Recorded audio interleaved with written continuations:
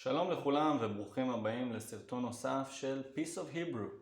והיום אנחנו הולכים לדבר על הגייה מודרנית בעברית ואיך העברית השתנתה עם השנים.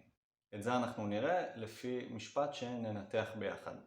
אני מזכיר לכם, לכל סרטון יש לנו כתוביות גם באנגלית וגם בעברית, לא לשכוח להפעיל, ואם אני מדבר מהר מדי או לאט מדי, ניתן לשנות את קצב הדיבור שלי על ידי הגדרות ביוטיוב. אז יאללה, בואו נתחיל. בואו נסתכל על המשפט שאני שם לכם עכשיו על המסך ותנסו לקרוא אותו.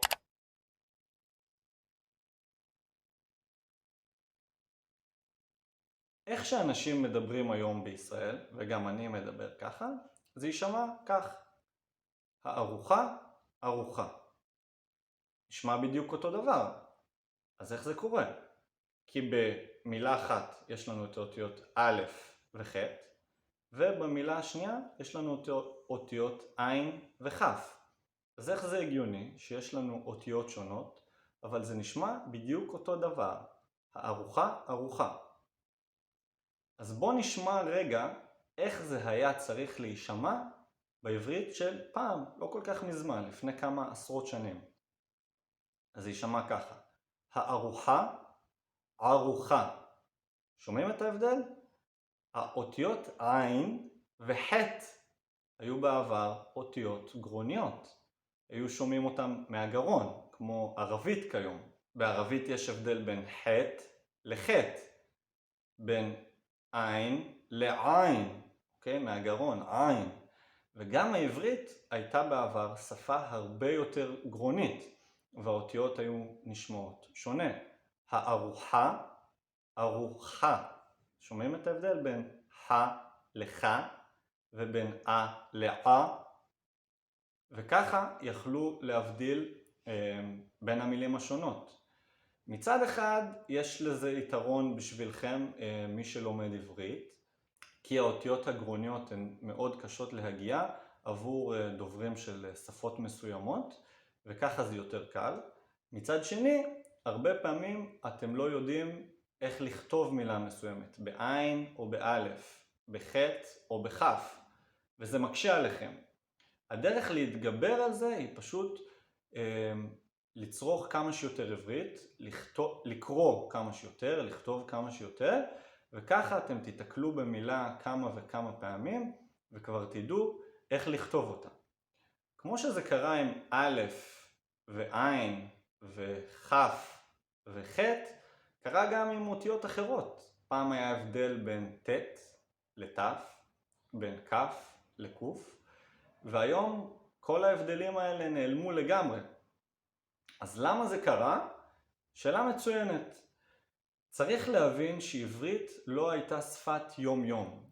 העברית למעשה מאז גלות בית שני, היהודים נפוצו בכל העולם, בהמון ארצות, והעברית שימשה בעיקר כשפת קודש, למעט מעט היהודים שבמשך 2000 שנים האלה נשארו בישראל, בארבע ערי הקודש, שזה ירושלים, צפת, טבריה וחברון.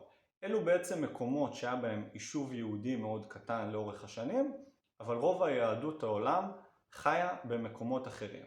ואז התפתחו עם השנים מבטאים שונים. היה את המבטא האשכנזי של יהודים מאירופה, בעיקר ממזרח אירופה וממערב אירופה, ואת המבטא הספרדי מיהודים שגרו במדינות ערב, ומיהודים מסוימים בספרד ובאיטליה, והמבטא השלישי שהיה הוא המבטא התימני, שהוא הכי דומה לעברית הקלאסית. תכף נדבר על המבטא התימני. כשהקימו את המדינה והתחילו להחיות את השפה העברית, מה לעשות, אבל ההגמוניה הייתה בעיקר של היהדות האשכנזית, שגם ליהדות האשכנזית היה מאוד קשה להגות את האותיות הגרוניות, את החטא, את העין, לעומת חטא ועין.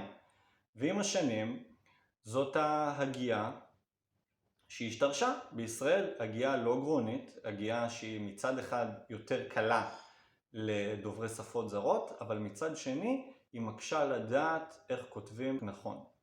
אם אתם רוצים לשמוע את ההגייה הכי דומה לעברית הקלאסית של פעם, זוהי ההגייה התימנית, תמצאו אותה בעיקר אצל מבוגרים תימנים, שמדברים עברית הכי קרובה למקור ממה שיש היום, אבל העברית היום ששולטת היא עברית כבר לא כל כך גרונית, כמו העברית שאתם שומעים שאני מדבר. זה היה הסרטון שלנו להיום, אני מקווה שזה עזר לכם להבין עוד משהו לגבי הגייה. אם יש לכם שאלות, אני אשמח אם תכתבו לי בתגובות, ואני אשתדל לענות כמיטב יכולתי. ואל תשכחו להירשם לערוץ, זה ממש עוזר שאתם נרשמים, ואני מודה לכל מי שנרשם, ונתראה בסרטון הבא. יאללה ביי.